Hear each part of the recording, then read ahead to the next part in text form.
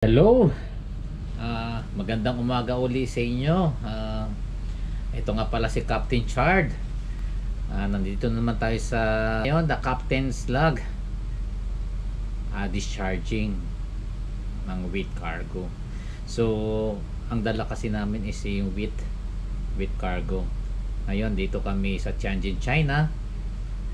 Kararating lang namin baka ganito nga ako dahil kahit medyo puyat, 3 AM pagising, kadidikit lang. Pagkatapos namin mag-usap ng agent kung ano-anong pinilipan. Eto, kailangan ko tingnan muna ang deck at papakita ko na rin sa inyo kung yung laman ng bodega ko. Yung iba sabihin wheat, o nga wheat, pero gusto ko pakita sa inyo na actual kung ano talaga yung kalagayan ng cargo namin. Tsaka gusto ko makita na walang di na contaminate ang kargada ko, kasi bilang kapitan, yan ang concern namin, yung madala namin yung kargada, may atid namin sa final destination nang maganda din. Kung paano siya dineliver, dapat ganun din kaganda sa pagdating sa destination port. So, tena, di ko na patatagalin. Samahan nyo ako. Okay. So, eto guys, nandito na ako sa labas. Samahan nyo ako. Titingnan natin yung kargada. Okay. Actually, na-ventilate na namin yan. After ng Shusha, na-ventilate na namin, nabuksan na namin yan. So, hindi na ganun kalakas yung amoy ng fumigant na nilagay na sa Australia. So, kaya safe na yan. Yan ang wheat cargo. Mukhang okay naman siya. Kanina hindi ko na na-videohan yung pagkuha nila ng mga sample. So kumuha sila ng sample, kaya yung mga custom ko mga custom nila nandoon sa ship's office. Checkin nila sa laboratory yon. So ito naman sa ibang bodega. Ito sa mga bodega. Okay. Ito naman sa hold number 4. Okay, mukha namang hindi nabasa. Ayun, medyo may dark spot lang yon. Siguro galing sa hatch cover. Pero mukhang okay naman. Okay siya. Hold number 4 is okay. 5-4. Ayan. Natin yan. Titingnan natin lahat yan kasi mamaya baka may mag-claim. Mamaya after na video saka ako mag-take ng mga photos, kasi minsan si chipmate is busy na. Baka mamaya paghingi ko ng photos, baka walang time magkumuha ng photos si chipmate. So kaya ako na muna, busy siya sa draft survey. Okay, yan sa hold number 3. Okay. So kita mo guys, hindi puno yung hold number 3. Yan yung slack cargo hold namin. Kasi kapag puno rin yan, abay overload na kami. So kailangan may at least na isa or dalawang cargo hold na medyo slack, hindi puno. Yan ang tatanggapin ng Australia, no? Ito number 2. Naka-makdo lang ang hatch cover, hindi fully open, pero kita niya puno rin siya, oh, no? Yan, dalapit tayo dito. Hindi mo na ako malalagdag ito. So mukhang okay naman siya, walang ka-problema.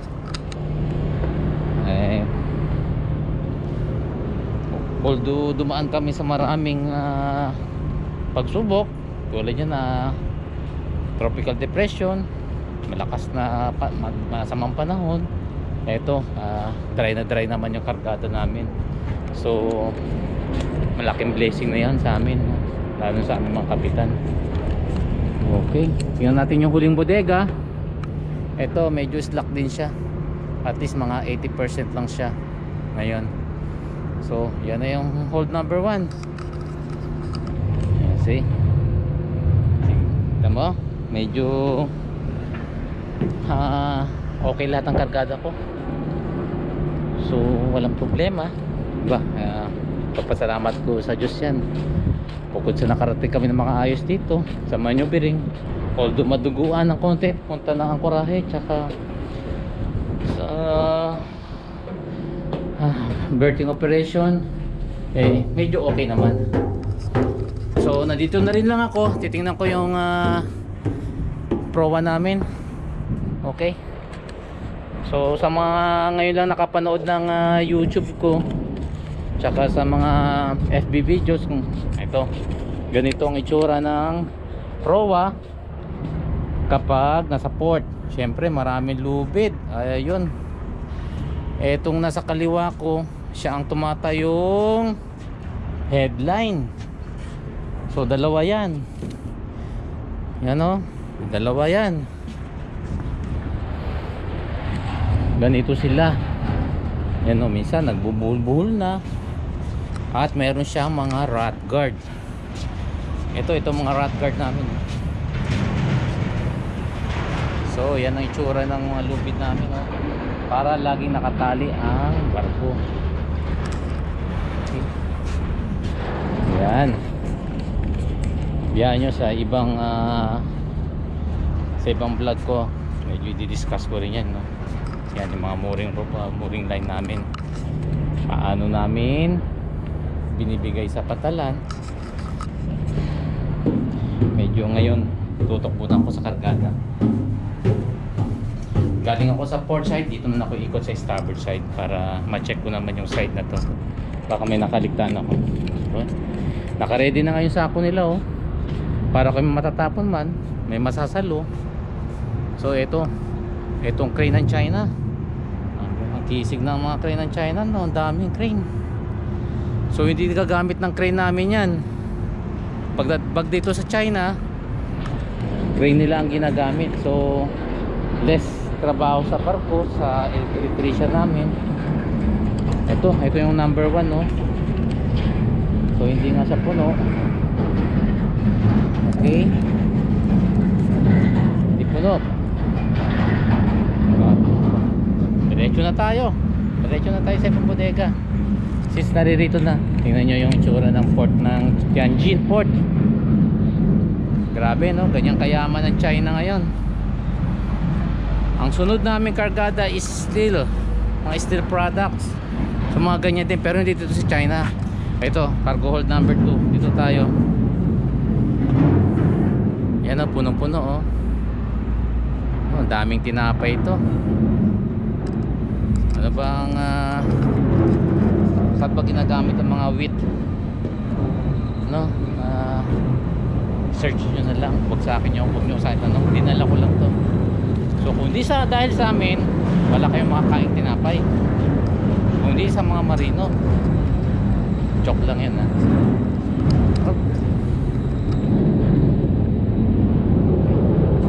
So mukhang okay na okay, no? Pag ganitong kapag kailangan makita mo yung operation nya, kailangan yung pinakababa naman hindi siya nasa yara ng tubig, hindi nag-backflow yung mga tubig. Mababasa kasi kargada pag ganun, eh. Malaking problema yan. Kailangan dry na dry yung tank top namin. Yun yung pinakasahig. Ito naman sa number 3. Okay, ito nga sabi kong slack, no? Okay, so sabi ko nga, papakita ko sa inyo kung ano itsura ng bodega namin kapag tapos na yung discharging operation namin. Sana dry na dry yan, pero confident naman ako kasi laging chine-check yan ni Chipmate. May nagsasounding na mga bilges. Kung may laman kasi yung tubig yan ang nakakatakot. Lagi namang zero, laging dry na dry siya. So walang problema. Pag ganun, sigurado ako nyan. Kaya lang kailangan ng photos, kailangan ng ebidensya. Number 4, no? Dito na natin sa number 5. Last na yon. So huwag kayong mainip. Huwag kayong mainip. Ito, may mangungulit sa aking tercero ko. Anong problema? Oh, nasaan yung stamp? Ando doon din yun. Ay, nakasarado yung kabina ko, ano? No? Sa kabina ko, sandali. Tapusin ko na lang to. Ito na yung huling bodega ko. Okay. Pinakikita ko lang yung kargada ko, third, oh.